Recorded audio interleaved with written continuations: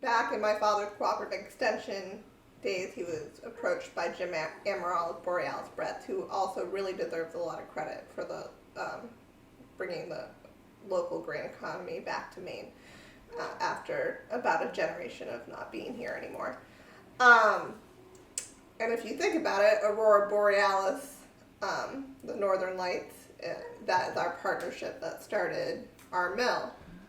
And we chose to do organic grain for the premium. They're the niche, right? We're not a large industrial mill. And there's actually not a lot of growers that grow a huge amount of wheat, right? So you need to, in order to make money with grain, you need scale.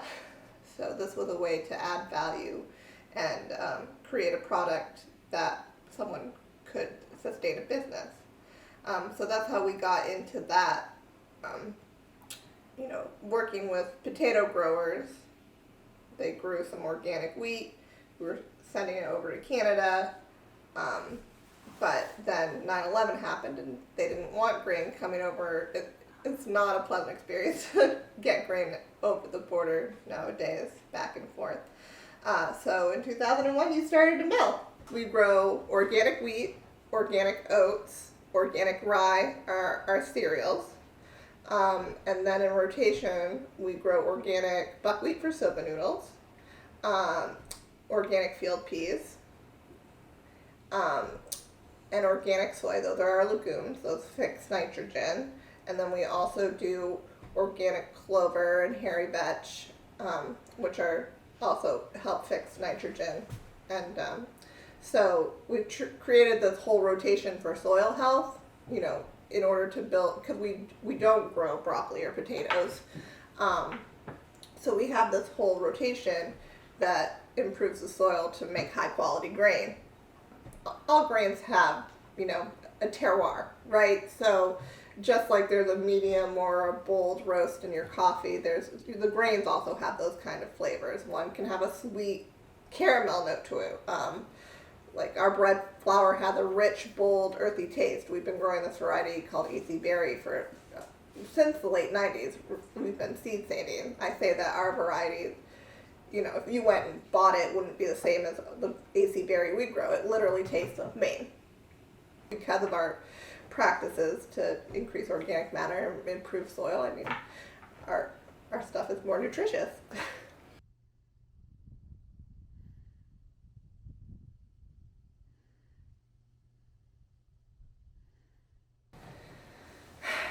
When we have a bad year, we communicate it to our customers. 2020 wasn't a huge yield, and what we have our variety. We personally grow organically, and then we also have some other farmers that grow locally in a sustainable practice, but yet still in rotation with conventional potatoes. Most of the time, since our wheat variety has a flavor that our customers like and a good strength for bread, they'll just switch over to the local product if they want it, and that's how we've kind of solved that. So yeah, it's always important to communicate any quality changes or supply changes with your customer. We build relationships one customer at a time. So just like we farm organically and sustainably, we form our relationships with our customers that same way. And we have very long-standing relationships with people, and as we grow, I joined the farm back in 2013, and you were farming how many acres back in 2013? 70, 90, somewhere in there? It was more than that, but like right around 100 or so. it was at least 120 we were doing. But We got our home farm, and then we rented 2 or 3 other farms. Now we're renting more farms, which yeah, we're closer to 500 acres now, which is a lot for, we have a couple employees, and then it's my father, myself, and my husband who works off farm, but works a lot on the farm too, Marcus. And So together we're still doing this, and you know, you're pretty good with that tractor. You're like you still are. He's still keeping up with everything. So One of the reasons we want to expand our rotation is, multiple reasons, but one of the biggest reasons is to try and develop. We've always been, it's been hard to get, most of those potato farmers would give organic a shot if they had a market, but the market for organic potatoes is not good. To try to develop those other crops is agronomically feasible. So a person, for example, there are a lot of people that are, they would love not to handle all those chemicals, but they need to, make their farm profitable. And so that's why we're still trying to find the sweet spot so that we can offer a contract for the other crops. So on that 1 acre of ground, in theory, you want to see one crop once every 4 years, or even longer if you could. But so that's one of the objectives: develop these other markets, strengthen the diversity of the products, because we can pretty much grow anything, but you got to have a market. Milling is an art as well as a science, and but the manufacturers of equipment are very helpful to teach you how to do. If you're going to buy one of their machines, they're going to do anything in their power to get you to use it. we live in a northern climate. Where we live, we're north of 80% of the Canadian population. You don't think that Aroostook County is north of that much, right? But we have cool evenings, so when plants are under stress, they produce more sugars, right? So that's why our wheat is more flavorful, and that's why our oats are so sweet and creamy. And heavier. And heavier, yeah. And so then you add, all our milling is mill to order, right? So if a baker places an order, they're going to get it within a 2-week window, right? 10 business days or whatever. And, it's going to be milled on a cool stone, and it's going to have, it'll be alive and be flavorful and sweet. And I think that adds that value that those bakers are looking for. You're not stripping the wheat berry of all its nutrition to make it shelf stable. And because of that, you have a really flavorful whole wheat flour.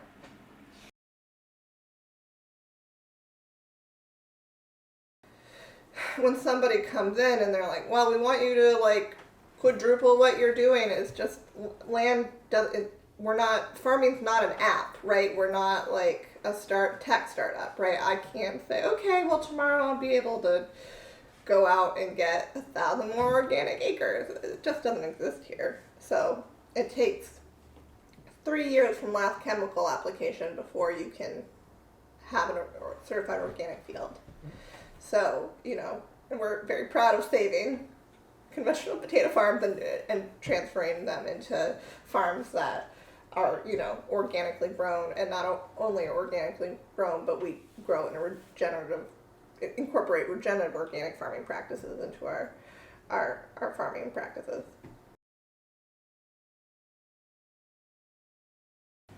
I mean, that's a big question to say what comes next. I mean, obviously you have to get bigger. Grain needs scale, but I just want a sustainable business that, obviously larger than it is now. I don't know how big. I don't want to be King Arthur or an ADM. I just want to be able to grow, quality nutritious food and be able to provide for my family, and it's this in a way that I can also have time to spend with them And have fun doing it. and have fun doing it. Yeah, I don't know what the answer is. I can't tell you that what that acreage is or what the gross sales are at that point. I mean, we've grown a lot, and in some ways it's harder being bigger, and in some ways it's a lot easier.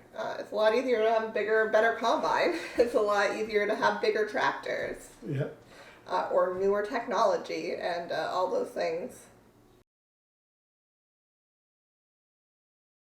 Climate change has definitely, I mean, we used to plant a lot more winter grain. I mean, I think this is a problem in New England that we have. People are like, oh, I want you to meet this price of this Midwestern farm, and they're growing this winter wheat, and they're yielding so much higher than you.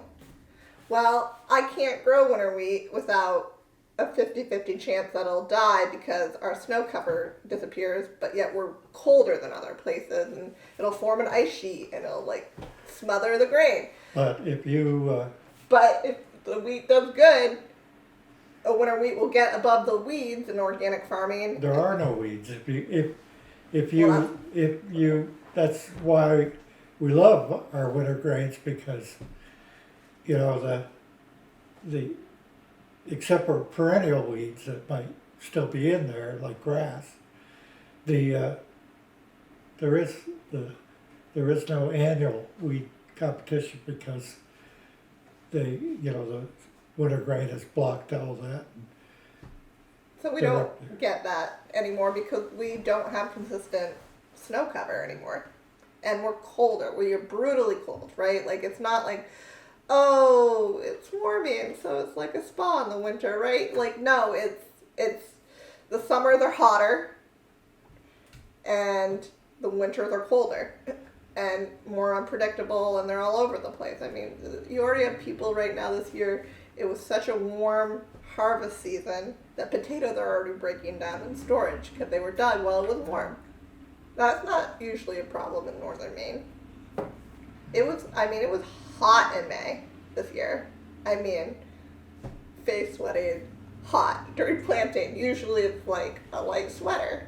Yeah, climate change is already here. It's already changed how our rotations and what we do and when we plant. So, like our buckwheat, we've moved to a later planting date so the flowers aren't heat blasted. Yeah. We don't plant until after the 4th of July.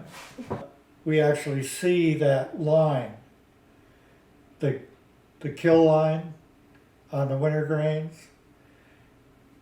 It might be moving north of us, so we might be able to get back to the winter grains. We're trying winter rye again this year. Yeah. Because if that's successful, then we'll go back to winter wheat, because you can't beat those winter grains when you can grow.